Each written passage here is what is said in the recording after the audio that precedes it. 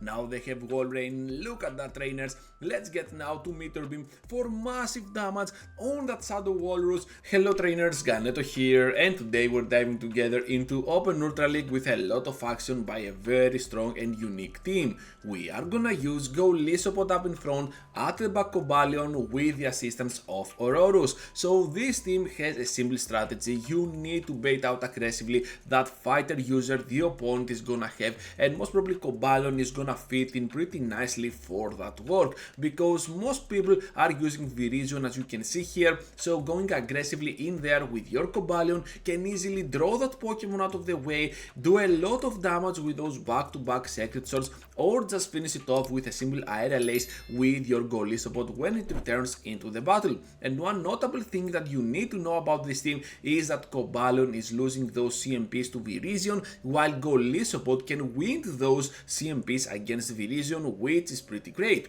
And with that Virizion out of the way, perhaps then Aurorus will stand victorious against whatever remains at the back. So Virizion now is gonna use a double move here to finish off my Golisopod, and this is looking just fine by me, because by blocking just once their moves, we can easily farm down in the process with the Powder Snows. Just remember that Virizion always needs 3 of those double kicks to reach to a move, and with that in mind now we're just gonna farm it down and use our Meteor Beam on that poor Golisopod. So they're gonna throw a move and we definitely need to shield here, while we can easily go ahead and overfarm a little bit extra here and then get to the knockout with that Weather Ball, which is boosted right now. At the back they have Giratina, and as long as they do not have Ancient Power, we're gonna be just fine. So Dragon Claw can easily be taken, even though we are already pretty low. Weather Ball number 1, Weather Ball number 2 to guarantee the victory and start off the video with a positive vibe on this format. Into the next battle now, trainers, and we're facing Ninetales from Alola region into its Shadow form. This Pokemon is pretty troublesome for a lot of teams, and that's mainly because of Shadow Charm. Able to get pretty early now on the liquidation, and then I want to protect my Golisopod as always, trying to draw that Virizion out of the way, as it seems though my opponent here has a Swampert, and this can always work towards my advantage as well, because Swampert happens to be a core breaker for my backline as well. So I'm just gonna go ahead and go pretty rough up against this Swampy, and they have double Hydro Cannon already. Unfortunately for me, we're gonna use here our Sacred Sword on the CMP and we're gonna lose it, but it doesn't matter at all. They have already spent all of their energy, so there is no reason not to shield and still farm down with my Golisopod. Expecting here that Ninetales to return, and they bring instead their Pidgeot. They want to protect that Pokemon for the endgame, which makes a lot of sense, and for some reason I'm not switching right on time. I don't know what I was thinking about, and right after we're gonna get farmed down by this Pidgeot. So Meteor Beam here after we get the debuff on our side, and we try to get that attack stat back from that debuff from the Feather Dance, and of course right after we are gonna guarantee the knockout, even though we are debuffed a lot. Now at the back they return for the final time into this battle with the Shadow Charmer, and we already have the double Weather Ball coming up on their side. So here it comes, they know we have a lot of energy remaining and they're just gonna go down in the process. Into the next battle now, and yeah, Greninja is a very bad one whenever you are not running that X-Scissor. So what I want to do here is to keep it hidden as much as possible, while my main scenario up against this Pokemon is gonna be that Cobalion. I know I can survive 2 of those Night Slashes, while I can still try to finish them off with a potential X-Scissor here, even though I do not have it. They are not gonna fall for the same trick on the second time, so they are not gonna spend their final shield at all. Now Cobalion goes in, and they can easily farm down in the process, even though they can still reach to the Hydro Cannon. Yeah, Greninja is kind of a big core breaker up in front as it seems. So right after we're meeting up with the Cresselia, so it all depends to see for the end game how well this is gonna end, because Aurorus is my final choice.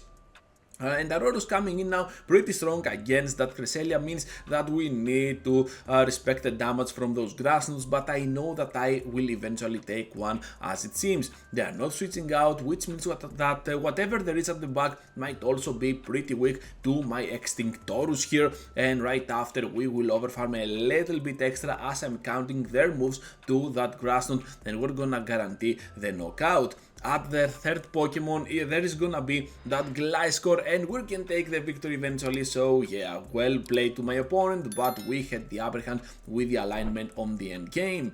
Into the next one now, and we're facing a Shadow Gengar up in front. Normally I do not showcase battle like this because most of you are not interested in the spicy battles on my channel. You are mostly interested in meta battles, but this is a Shadow Gengar, and I was pretty excited to fight one, and yeah, this is one of my favorite Pokemon as well.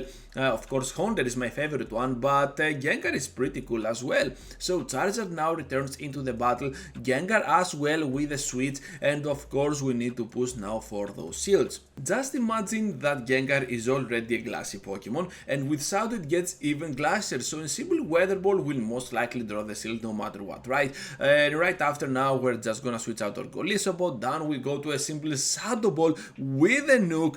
Are you kidding me? And all we have to do here is to go ahead and completely farm down while we keep the nuke for the end game, and the Charizard, they know that, they back out, and that's gonna be an amazing victory for our team. Venusaur now up in front for the next battle, and we have a lot of options with our Aerial Aces. So they're gonna take the first one, which deals about 50%, and I have a feeling that I can catch here the move on my Cobalion, and in doing so we can also draw out something that our Aurorus can be afraid of. However, they end up having a Talonflame, which is pretty weird, and to be fair, we're just gonna go ahead and throw those Stone Edges. Here comes now the Flame Charge. Are they gonna be able to finish us off? No, they are not, because they undercharged, and that was super smart over there. Should have gotten to my double kick no matter what for some cheap damage, but it doesn't matter at all. We can still one-shot down this Pokemon with a potential liquidation. So here comes now the move.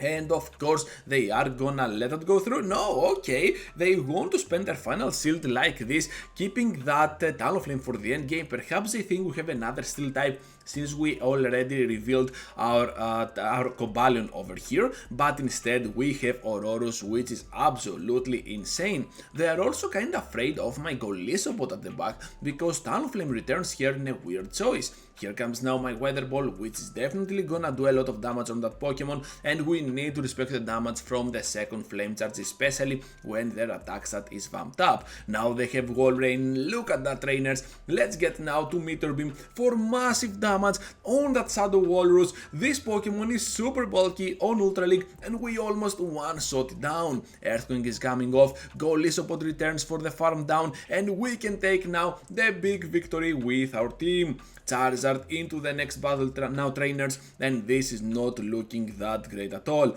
Liquidation now up against my opponent. Will this one shot? No, it is not. Here comes the shield, and we're gonna absolutely keep going in there with our Golisopod. Most of those Charizards never reach to a Blast Burn, instead they get to those Dragon Claws, so here is how I want to play this matchup. I just want them to use the Dragon Claw, then block the second and try to push for that second shield. This always works, at least most of the times, okay, not always. So anyways, we're having now on the switch Giratina with those Dragon Claws, and guess what? Aurorus is still gonna do a lot of solid work while they have one shield, and of course Charizard can still get one shot down from that Stone Edge that Cobalion is carrying. So it all depends on what they have as their third Pokemon, and they come into the battle with Virizion. So for some reason I throw Meteor Beam on them. I was expecting, of course, that Charizard, and that was a complete mistake as it seems. Doesn't matter, we can still return to the battle now with our Golisopod, and will this be enough damage to finish off, trainers? Yes it is, down they go. Charizard now switching, and let's see if we have quite what it takes to finish them off, because I'm just gonna let that move go through. Unfortunately for me, it is gonna do more than enough, and we cannot withstand it, so down we go. That was super close, trainers, and now let's move forward into the final one with that Giratina up against us. we do not have that X-Scissor, but instead we have RLS, which is neutral. But first I want to throw a liquidation. If we can apply that debuff, this is gonna work pretty well for us, and as it seems my opponent here is gonna get pretty easily to their Shadow Granbull. Seeing a Shadow Granbull makes me think that whatever there is as a third Pokemon has to be another Fairy type, at least another Charmer.